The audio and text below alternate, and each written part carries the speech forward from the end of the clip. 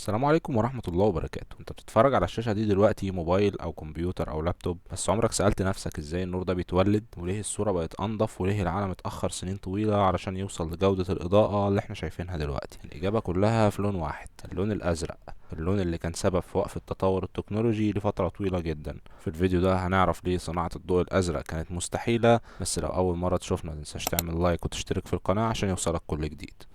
من أول ما اخترع توماس إديسون المصباح الكهربائي سنة 1879 والعالم بدأ يشوف النور حرفيا، بس الضوء كان باهت أصفر ومتقطع ومش طبيعي. وبعدها جت محاولات كتير لتطوير الإضاءة، الهالوجين والفلوريسنت ولمبات النيون، لغاية ما ظهرت تقنية ال LED، يعني الصمام الثنائي الباعث للضوء. تقنية ال LED بدأت تبان في السبعينيات والثمانينات، وكانت ثورة في عالم الإضاءة بسبب إنها موفرة للطاقة وعمرها طويل وحجمها صغير. بس وقتها كانت موجودة بلونين بس، أحمر وأخضر. لكن بالرغم من نجاحها الشركات والعلماء كانوا عارفين انهم مش هيقدروا يعملوا اضاءة حقيقية او شاشة متكاملة من غير اللون الازرق. ليه؟ لان الاضاءة البيضاء اللي بتقرب من نور الشمس لازم تتكون من احمر واخضر وازرق. من غير الازرق النتيجة بتكون سيئة جدا في الرؤية وتوزيع الالوان، وده كان مؤثر على كل حاجة، شاشات التلفزيون والموبايلات وانارة الشوارع والمستشفيات. حتى الزراعة بالاضاءة الصناعية كانت محدودة من غير الضوء الازرق. يعني حرفيا تطور التكنولوجيا كله كان واقف على اللون الازرق. طيب مين اللي اكتشف الوان الضوء؟ البداية كانت سنة 1672 لما العالم إسحاق نيوتن مرر ضوء الشمس من خلال منشور زجاجي، واكتشف إن النور الأبيض بيتفكك لمجموعة من الألوان زي ألوان قوس قزح. وده كان أول دليل على إن الضوء الأبيض مش لون واحد مكون من مجموعة أطوال موجبة مختلفة. بعد كده في القرن التاسع عشر العالم توماس يانج عمل تجربة الشق المزدوج وأثبت إن الضوء بيشتغل كموجات، وده ساعد في فهم خصائص الألوان أكتر. بس الحد اللي فعلا رسخ فكرة الألوان الأساسية للضوء كان العالم جيمس كليريك ماكسويل سنة 1861. ماكسويل عرض أول صورة ملونة باستخدام 3 فلاتر، أحمر وأخضر وأزرق، وشرح إن أي لون ممكن يتكون عن طريق مزج الضوء من الألوان دي بنسب مختلفة. ومن هنا تأسست قاعدة الألوان الأساسية في الضوء، اللي هي الأحمر والأخضر والأزرق، وبنسميها ألوان الضوء الأساسية لأنها بتضاف لبعضها علشان تطلع نور أبيض. وطبعا لازم نفرق بينهم وبين الألوان الأساسية في الطباعة اللي هي السماوي والأرجواني والأصفر. البشر فضلوا يحاولوا يعملوا إضاءة بيضاء تشبه ضوء الشمس بس من غير الأزرق. النور الأبيض الصناعي بيبقى مزيف وفي نقص وبيأثر على الرؤية على الألوان وعلى الصحة النفسية كمان.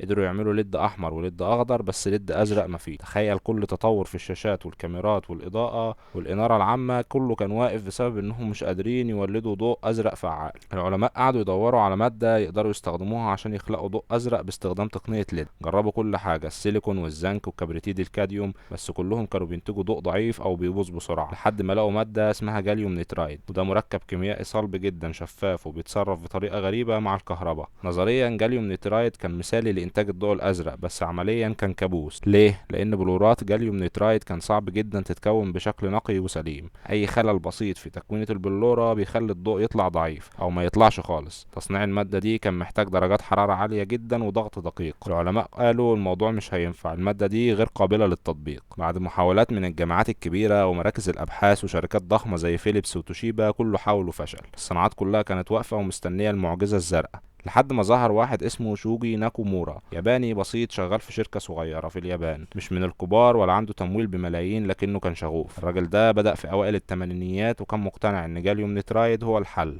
رغم إن حتى مديرينه كانوا شايفين إن ده وقت ضايع. شوجي اشتغل في معمل صغير بيشتري معدات من ميزانيته الخاصة وبيجرب بنفسه كل خطوة. زرع كريستالات وعدل على درجات الحرارة وجرب تبخير حراري، وكل تجربة بتفشل كان بيبدأ من جديد. وكان بيشتغل 16 ساعة في اليوم من غير دعم حقيقي، لكنه مؤمن انه ممكن يصنع ضوء ازرق حقيقي. وفي سنة 1993 بعد أكتر من 10 سنين قدر يعمل المستحيل وقدم أول ليد أزرق حقيقي ثابت وقوي وموفر. يعني خلاص قدرنا نركب الأحمر والأخضر والأزرق، يعني نور أبيض حقيقي شبه ضوء الشمس. كل اللي التكنولوجيا كانت واقفة مستنياه حصل. بعد اختراع الليد الأزرق العالم اتقلب، تم تطوير لمبات ليد بيضاء لأول مرة في التاريخ، والشاشات بقت أنحف وأنقى، والتوفير في استهلاك الطاقة بقى ثورة حقيقية في البيوت والشركات. تم استخدام ليد أزرق في الزراعة داخل البيوت الزجاجية لأن النباتات بتحتاج طيف الضوء الأزرق للنمو. يعني مش بس وفرنا طاقة، ده كمان غيرنا شكل التكنولوجيا تماما. شوجي في الأول شركته ما قدرتوش، لكن بعدها بدأ العالم كله يتكلم عن معجزة الليد الأزرق. وبعد أكتر من 20 سنة، سنة 2014 أخد شوجي ناكومورا جائزة نوبل في الفيزياء، هو وزملائه إيسامو أكاساكي وهيروشي أمانو. التلاتة دول هم السبب في النور اللي في كل بيت دلوقتي. بعد ما اكتشفوا الليد الازرق، الشركات دخلت في مرحلة استثمار وفلوس. بقى الهدف مش نطور اكتر، لا، نصنع ملايين من لمبات الليد ونبيع ونكسب ونسوق، وحصل تشبع في السوق. يعني التطور التكنولوجي وقف مؤقتا لان خلاص العقدة اتحلت والفلوس بقت اهم. في اوقات البشرية كلها بتقف قدام تحدي صغير زي نقطة ضوء لونها ازرق، والتحدي ده يوقف صناعات وتعليم واعلام وطب وهندسة. لكن كمان في دايما شخص واحد مختلف بيصر انه يكمل زي شوجي ناكامورا. لو مش هو كان ممكن لسه النهارده نعيش بعالم رمادي مش منور، ويمكن انت تكون ناكامورا الجديد في مجالك. لو عجبك الفيديو ما تنساش تعمل لايك وتشترك في القناة عشان يوصلك كل جديد.